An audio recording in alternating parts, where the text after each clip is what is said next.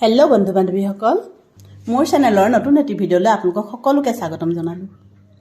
আজি আমি কলা আৰু বগা বৰা চাউলৰ পিঠা বনাব লৈছোঁ। পিঠা বনাবলৈ মই ব্যৱহাৰ কৰিছোঁ চেনি, নাৰিকল আৰু বিট। ইয়াত তিল ব্যৱহাৰ কৰিলে পিঠাটো সোৱাদটো ভাল নালাগে, সেইকাৰণে আপোনালোকে নাৰিকল আৰু চেনিয়ে ব্যৱহাৰ কৰিব। বিটৰ ৰসে বগা চাউলক গুলপীয়া কৰি তোলে। ঠিক তেনেদৰে কলা চাউলক বিটৰ ৰসে সোৱাদযুক্ত আৰু উজ্জ্বল কৰি তোলে। দুখন টাৱা লাগিব। যদি আপোনালোকৰ দুখন টাৱা নাই, মোৰ নিচিনাকৈ চচপেনৰ ঢাকনি এখন ল'ব পাৰিব। এখনত মই পিঠাটো বনাই আছোঁ আৰু ইখনত মই পিঠাটো টান হ'বলৈ ৰাখি থৈছোঁ। টাৱাখনৰ ওপৰত কাঠিডাল লৈছোঁ মই, কাৰণ ডাইৰেক্ট যদি আপুনি টাৱাখনত পিঠাটো থয়, পিঠাৰ ৰংটো বেয়া হৈ যাব। ব'লক এতিয়া আমি পিঠা বনাওঁ।